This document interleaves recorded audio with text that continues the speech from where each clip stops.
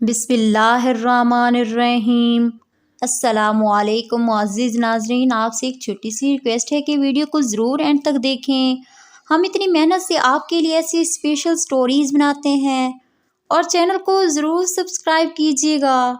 शुक्रिया। मेरी भाभी हर रोज़ 7 किलो खीर बनाती और देगची अपने कमरे में ले जाती, लेकिन मुझे हैरत इस वक्त होती जब भाभी 5 मिनट बाद ही देगची खाली करके बाहर ले आती और कहती कि आज खीर में मीठा कम था। एक दिन मेरा दिल खीर खाने को चाहा तो मैंने भाभी से कहा थोड़ी सी खीर मुझे भी दे दें।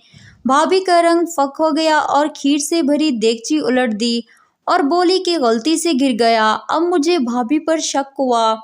अगले रोज़ जब भाभी खीर का देगची कमरे में ले गई तो मैंने दरवाजे के सुराख से कमरे में झांका, मगर सामने का मंजर देखकर तो मेरे कदमों तले से ज़मीन ही निकल गई, क्योंकि भाभी वहाँ अकेली नहीं थी बल्कि इसके साथ तो मैं, भाई और भाभी के साथ रहती थी।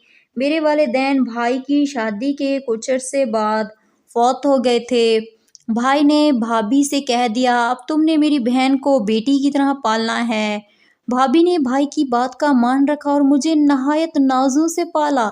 भाभी की अपनी औलाद होगी तब भी उन्होंने मेरे साथ हमेशा अच्छा सलूक किया, बल्कि हर काम में मेरा मशवरा ज़रूर लेती। कहती थी कि तुम मेरी बड़ी बेटी हो, तुमसे मशवरा लेकर सुकून रहता है। सब कुछ अच्छा अच्छा जा रहा था, मगर अब ना जाने भाभी को क्या हो गया था। वो हर रोज़ 7 किलो खीर बना लेती, मुझे एक चम्मच तक ना देती और अपने कमरे में ले जाती। हैरत तो मुझे तब होती जब भाभी वो देगचा 5 मिनट बाद ही खाली करके ले आती। मैं हैरत ज़ात सी होती कि आखिर इतनी ज़्यादा खीर वो इतनी जल्दी खा कैसे लेती है। अब भाभी का ये मामूल बन चुका था, मेरा भी खीर खाने को बहुत दिल चाहता। एक दिन भाभी खीर बनाकर अपने कमरे में ले जा रही थी तो मैं बोली भाभी थोड़ी सी खीर मुझे भी चखा दें। भाभी चंद मिनट तो मेरी तरफ देखती रही, जैसे उन्होंने खीर की तरफ देखा तो बड़ी खौफजदा हो गई। उन्होंने जानबूझकर वो देगचा नीचे गिरा दिया और बोली लुबना ये तो गलती से नीचे गिर गया, लेकिन वादा करती हूँ कल जब खीर बनाऊंगी तो तुम्हें ज़रूर खिलाऊंगी। मुझे मालूम हो गया था कि दाल में ज़रूर कुछ काला है, इसलिए मैंने भाभी का राज जानने की ठान ली। अगले रोज़ जब भाभी खीर का देगचा कमरे में ले गई तो मैं दुबे कदमों से इनके कमरे के पास जाकर खड़ी हो गई। मैंने दरवाजे के सुराख में से झांका तो सामने का मंजर देखकर तो मेरे कदमों तले से ही ज़मीन निकल गई, क्योंकि वहाँ भाभी अकेली नहीं थी बल्कि इसके साथ बच्चे बैठे थे और इनके कमरे की बाहर की जानिब खुलने वाला दरवाज़ा भी खुला हुआ था। मैं जल्दी से उठी और बाहर सड़क में निकल गई।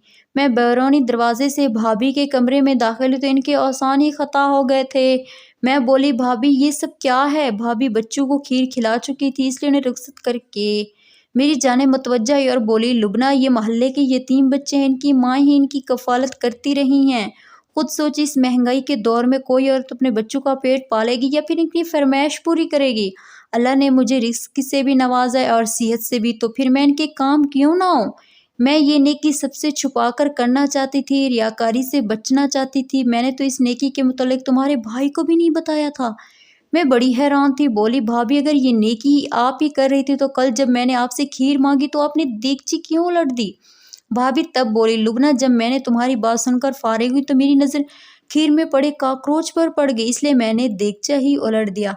मैं भाभी की बात सुनकर बहुत मुतासिर हुई। मेरी भाभी सच में बहुत अच्छी थी, उन्होंने भी मुझे बहुत प्यार से पाला था और अब दूसरे यतीम बच्चों का भी ख्याल रखने लगी थी। अल्लाह ने इसलिए उन्हें बड़े बख्त लगाए थे। अब मैं भी हर रोज़ खीर बनाते हुए भाभी की मदद करती हूँ। शायद अल्लाह मेरी इस हकीर सी नेकी से खुश होकर मुझ पर भी रहम कर दे। इस तरह की मज़ीद अच्छी अच्छी कहानियाँ देखने के लिए मेरी आपसे गुजारिश है कि हमारे चैनल ज़बरदस्त उर्दू स्टोरी को जल्दी से सब्सक्राइब कर दें। वीडियो अच्छी लगे तो वीडियो को लाइक कर दें। शुक्रिया। दूसरी वीडियो तक के लिए अल्लाह हाफिज़।